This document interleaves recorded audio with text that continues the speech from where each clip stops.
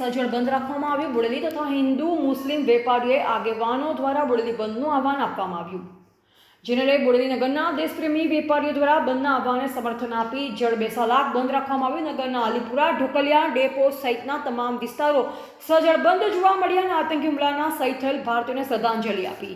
ટીવી18 news network સાથે reporter Zaheer Syed, Bodeli, Chhota Udepur. દેશમાં કાશ્મીરમાં આજે જે પહેલગામની અંદર આતંકવાદી હુમલો થયો છે એ ખરેખર નિંદનીય છે, માનવ સમાજ માટે નિંદનીય છે। આ હુમલો એક કાયરાના હુમલો છે, પાકિસ્તાન દ્વારા જે કરવામાં આવ્યો છે।